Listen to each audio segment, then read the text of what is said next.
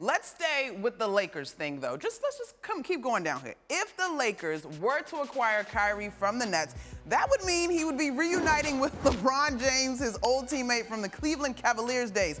Guys, Draymond Green thinks they'll be title contenders. In an interview with Bloomberg, Green also shared some thoughts on Irving's leadership abilities and how he would fit with LeBron in La La Land.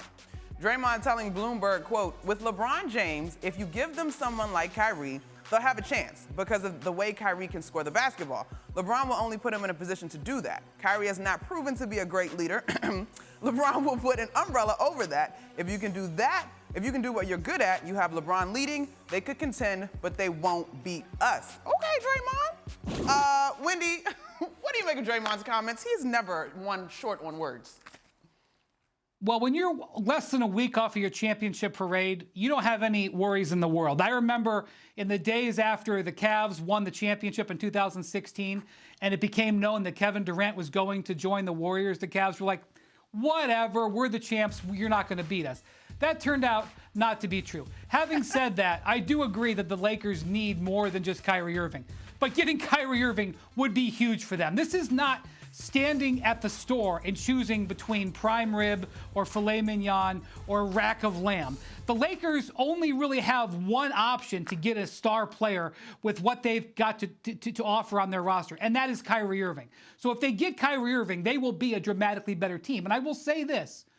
In my view, there has never been a better basketball pairing, and I'm going to underline that word, basketball pairing, than Kyrie and LeBron. The way their games fit together in Cleveland was pretty much ideal. It was not something that Kyrie liked, and that's one of the reasons why he left. But from a pure basketball point, these two can be dominant, and they've proven that. Bontemps?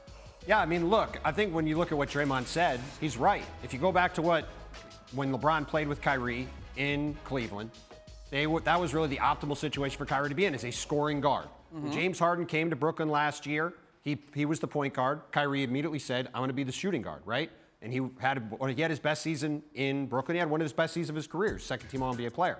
So, to me, if he's playing next to LeBron James and you got Anthony Davis on the back line, that is an ideal fit for him from a basketball standpoint. The problem is the Lakers have to fill the other 12 spots on the roster, which they might have to fill with basically all minimum players. So I don't know if they'd be a good enough team to win a championship. But to Brian's point, right now, the Lakers are a team that's going to be fighting to be in the play-in tournament. We're back there again? Well, I mean, look, there's a lot of good teams in the Western Conference. They're going to be fighting to get out of the play-in tournament and be one of the top 6 teams in the Western Conference. You put Kyrie Irving on that team, even though they're going to have flaws after it, they're going to be a top 6 team in the West. So obviously, it would be a massive upgrade for them to go from the situation they have now, where you got the Russell Westbrook problem hanging over their heads, to having Kyrie Irving with Anthony Davis and LeBron James. I was going to say, we're not sold on the AD, LeBron, Kyrie, big three taking the West by storm? I mean, again, they have to fill the roster out with a lot of mediocre to bad players. That's the problem. All right, so we're talking about a reunion, Wendy, but the root of this, obviously, what went wrong in Cleveland? Why would they be able to make it work in LA? What's changed? Time?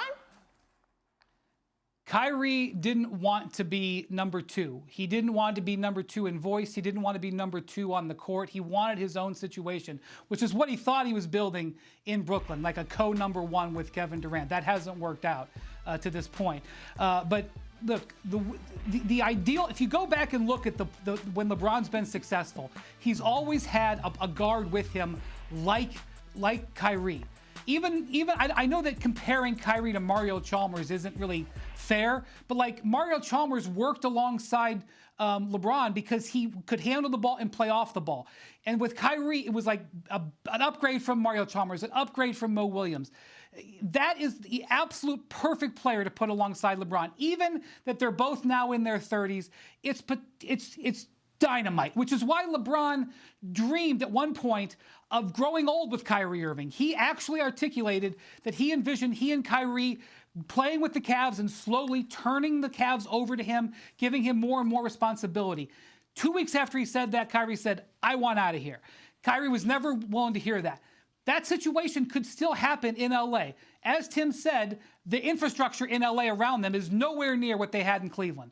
That is true. But the basis of that concept still is there. LeBron at one point thought that's where his career was going to age out, was with Kyrie Irving at his side. So anything that they've said to each other that has upset each other, which has happened, including just within the last year or two where Kyrie criticized LeBron for not taking the last shot. All of that stuff can be pushed to the side because at the bedrock of it, these two had a lot of success playing basketball with each other. Maybe not hanging out or talking philosophy, but playing basketball, it worked.